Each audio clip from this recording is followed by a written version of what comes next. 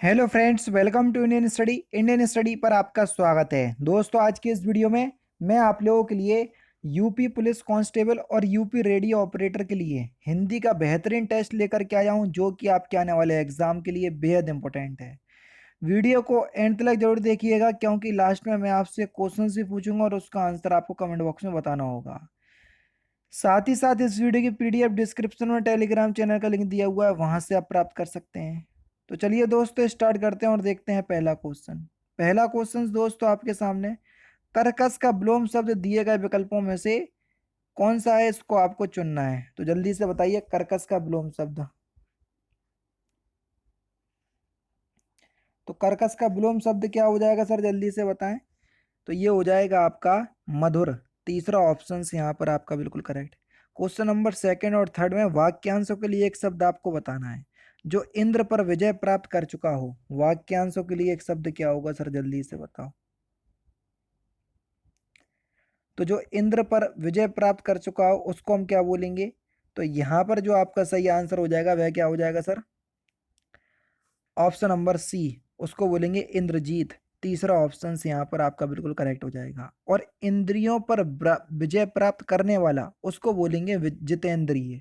ध्यान रखना, क्या, जो इंद्र पर विजय प्राप्त कर चुका हो इंद्रजीत, और इंद्रियों पर विजय प्राप्त करने वाला वो है जितेंद्रिय। तो दोनों क्वेश्चंस अलग हैं। उच्च कुल में पैदा व्यक्ति, वाक्यांशों के लिए एक शब्द क्या होगा।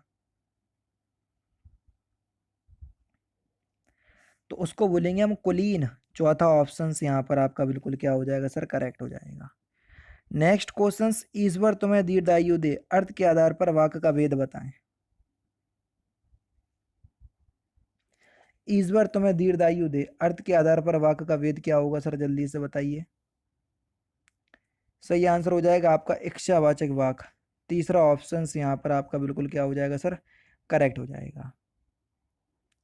नेक्स्ट क्वेश्चन दोस्तों आपके सामने, श्री श्री गणेश का आपको विलोम शब्द बताना है। सिंपल सिंपल सा क्वेश्चन है। श्री गणेश का विलोम शब्द क्या हो जाएगा सर, जल्दी से बताओ। इति श्री। दूसरा ऑप्शन से यहाँ पर आपका बिल्कुल क्या होगा सर, करेक्ट हो जाएगा। नेक्स्ट क्वेश्चंस की तरफ चलते हैं। नेक्स्ट क्वेश्चंस, फूल का आपको पर्यायवाची बताना है, कौन सा नहीं है। सिंपल सा क्वेश्चन से आसानी से बता सकते हैं, कौन सा फूल का पर्यायवाची शब्द नहीं है। तो आपका सही आंसर हो जाएगा वह क्या हो जाएगा sir, option number C, Tanuja. ये बेटी का पर्यायवाची शब्द है ना, पुत्री का, ना कि फूल का। किस रस को रसराज कहा जाता है। बढ़िया क्वेश्चन से, आराम से बताएं। किस रस को रसराज कहते हैं सर, जल्दी से बताएं। तो सही आंसर हो जाएगा आपका श्रृंगार रस को हम रसराज की कहते हैं। तो तीसरा ऑप्शन करेक्ट। मनरे तन कागत का पुतला, लागे बूंद बिनसी जाए छिन में, गर्व करे क्या इतना। आपको बताना है कि पंक्तियों में कौन सा रस है।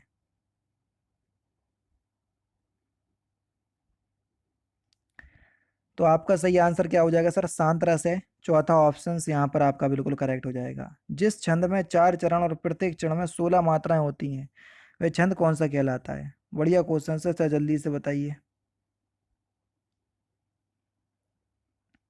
तो आपका सही आंसर क्या हो जाएगा सर, चौपाई। 4 चरण होते हैं और हर चरण में कितनी मात्राएं होती हैं, 16। कल्प वृक्ष का पर्यायवाची शब्द आपको बताना है कि कल्प वृक्ष का पर्यायवाची शब्द क्या है।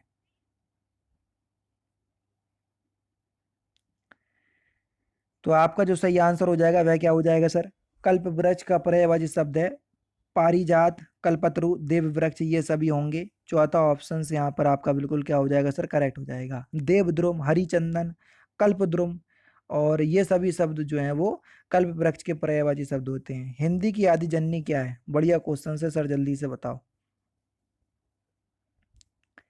तो सही आंसर हो जाएगा आपका, सॉरी माफ कीजिएगा, प्राकृत। यानी कि इस क्वेश्चन का कौन सा, दूसरा ऑप्शन, सॉरी माफ कीजिएगा, संस्कृत। संस्कृत भाषा जो है वो हिंदी भाषा की आदि जननी है, क्योंकि आप सभी लोग जानते हैं लगभग सभी भाषाओं का जो विकास है वो संस्कृत से हुआ। वैदिक संस्कृत से हिंदी भाषा का विकास विकास हुआ। संस्कृत भाषा के तत्व भारत के सभी भाषाओं में समान रूप से मिलते हैं। जिस रूप में आज हिंदी भाषा बोली व समझी जाती है, वह खड़ी बोली का साहित्यिक रूप है, इस बात को ध्यान रखना। जिसका विकास मुख्यतः 19वीं शताब्दी के प्रारंभ में हुआ था। तो हिंदी भाषा की आदि जननी है संस्कृत। हिंदी दिवस प्रत्येक वर्ष किस दिन मनाते हैं हम, जल्दी से बताएं। तो सही आंसर हो जाएगा आपका 14 सितंबर के दिन, दूसरा ऑप्शन करेक्ट। और 100 लाइक का टारगेट हर वीडियो में रखता हूँ, इस बार बोल नहीं रहा हूँ, आप लोगों को लगे तो ठीक है, वरना कोई बात नहीं, पहले कौन सा कंप्लीट कर रहे जो आप कर दोगे। दिन रात अध्ययन करके भी वह प्रथम स्थान ना प्राप्त कर सका। नीचे दिए गए विकल्पों में से आपको शुद्ध वर्तनी बतानी है। अध्ययन की शुद्ध वर्तनी क्या होगी? बी ऑप्शन, दूसरा ऑप्शन करेक्ट। अविकारी शब्द क्या होता है सर, जल्दी से बताओ।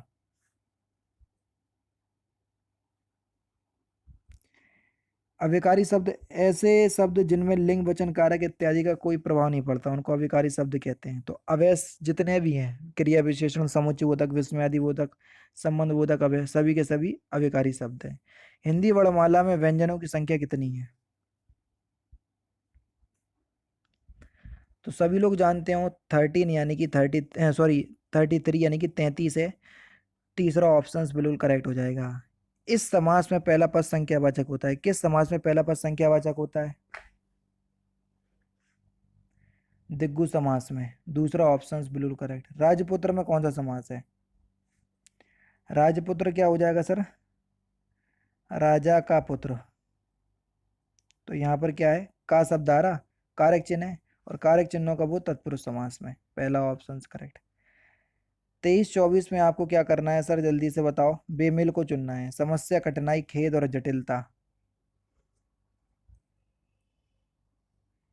देखो, समस्या, कठिनाई तथा जटिलता ये जो है वो किसी न किसी काम में आने वाली परेशानियों को दर्शाता है, जबकि खेद जो है वो इससे भिन्न यानी कि अलग है। घर, परिवार, प्रियजन और बच्चे। तो आपको बताना है कि इसमें विषम क्या है। देखो, प्रियजन, परिवार, बच्चे ये सभी रिश्तों को दर्शाता है। घर जो है वो अलग है। जिस समास का पूर्व पद यानी कि पहला पद प्रधान हो वह समास कौन सा है? बता चुका हूँ 50 बार, जल्दी से बताइए। तो सही आंसर हो जाएगा अव्ययीभाव समास का प्रथम पद क्या होता है सर? प्रधान होता है। क्वेश्चन नंबर 26 से 29 में आपको क्या करना है? भक्ति काल के प्रमुख कवि कौन है ये आपको बताना है। दिए गए विकल्पों में से निर्गुण भक्ति काल के प्रमुख प्रमुख कवि आपको बताना है। निर्गुण भक्ति काल। तो कबीर जो है वो निर्गुण भक्ति धारा के जो है वो कवि है ना। यानी कि इस क्वेश्चन का कौन सा, दूसरा ऑप्शन करेक्ट, क्योंकि इन्होंने ईश्वर के साकार रूप को जो है वो स्वीकार नहीं किया। भारतीय संविधान में किस भाषा को राजभाषा के रूप में स्वीकार किया गया?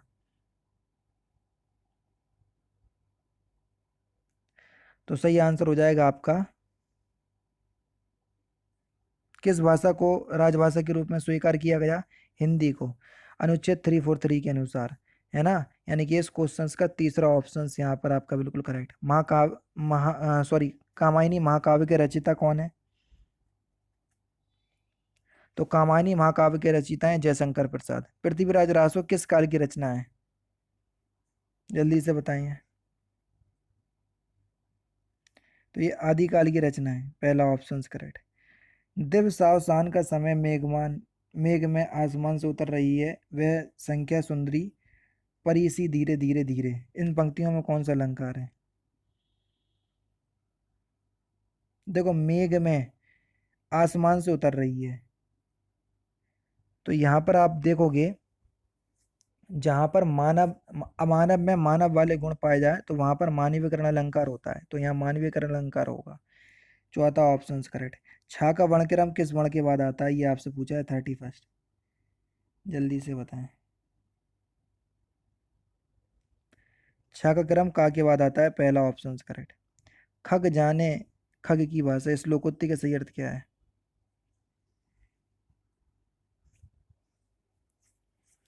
समान प्रवृत्ति वाले लोग एक दूसरों को सराहते हैं। चौथा ऑप्शन करेक्ट। अक्ल का दुश्मन, इस मुहावरे का सही अर्थ क्या है?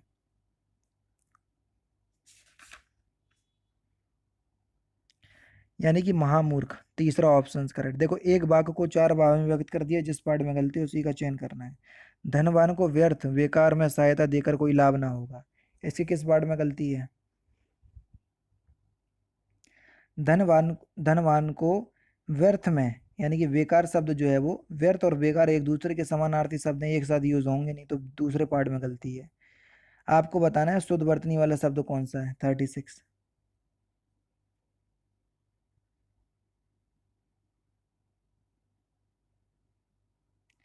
सचेतन, तीसरा ऑप्शन यहाँ पर आपका बिल्कुल करेक्ट। उपसर्ग का प्रयोग होता है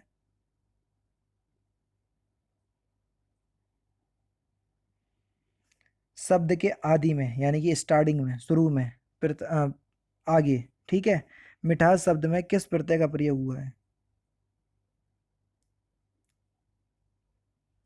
मिठास शब्द में कौन सा प्रत्यय? आस प्रत्यय। सत्याग्रह शब्द का संधि विच्छेद आपको बताना है। सत्य प्लस आग्रह, यानी कि इस क्वेश्चन का कौन सा चौथा ऑप्शन करेक्ट हो जाएगा? छोटा बड़ा मिलके बड़ा बना रहा है, दीर्घ संधि होगी। और लास्ट क्वेश्चन, दो वर्ण को मेल से होने वाले विकार या परिवर्तन को क्या कहते हैं? तो इस क्वेश्चन का आंसर आप मुझे कमेंट बॉक्स में बताएंगे। तो दोस्तों ये थे आपके हिंदी के 40 इंपॉर्टेंट क्वेश्चंस जो कि आपके आने वाले एग्जाम यूपी रेडियो ऑपरेटर और यूपी पुलिस कांस्टेबल के लिए बेहद इंपॉर्टेंट है। वीडियो अगर आपको अच्छी लगे तो प्लीज़ दोस्तों वीडियो को लाइक और शेयर जरूर कर दीजिएगा। बाकी मिलते हैं फिर नेक्स्ट क्लास में, नेक्स्ट सेशन में। जय हिंद, जय भारत।